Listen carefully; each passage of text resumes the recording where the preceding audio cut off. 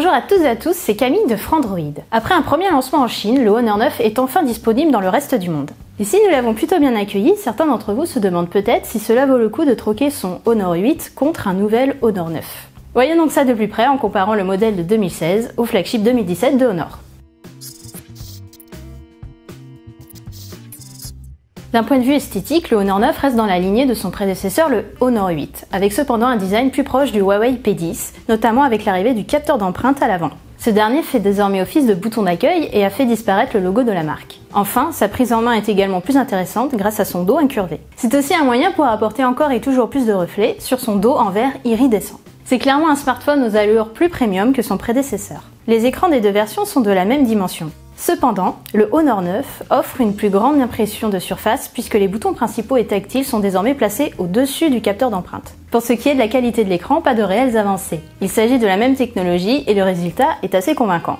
Les écrans sont lumineux, les couleurs très contrastées. Nous avons donc là deux beaux écrans avec un qui a gagné en confort. Du côté des performances, nous restons assez partagés et prudents. Pour le test du Honor 9, nous avons eu accès qu'à des modèles en pré-production et à 6 Go de RAM, alors que la version française et finale n'est que de 4 Go. Mais en l'état, voici ce qu'on peut en dire. Le Honor 9, tout comme le Honor 8 Pro, s'équipe du Kirin 960, une puce plus puissante que celle qui était présente sur le Honor 8, à savoir le Kirin 950. La dernière version de la puce fabriquée par Huawei rivalise sans problème avec celle des plus haut de gamme actuellement distribuées comme le Snapdragon 835 de Qualcomm. Et dans les différents tests que nous avons effectués, il apparaît clairement que le Honor 9 est plus puissant que son prédécesseur, même si cela n'apparaît pas forcément plus flagrant que cela dans son utilisation quotidienne. Enfin, le Honor 9 propose entre 64 et 128 Go de stockage, là où le Honor 8 proposait uniquement 32 ou 64 Go de stockage. Côté logiciel, le Honor 9 a l'avantage de proposer un tandem intéressant avec son interface maison MIUI version 5.1 et l'une des dernières versions d'Android avec Nougat 7.0.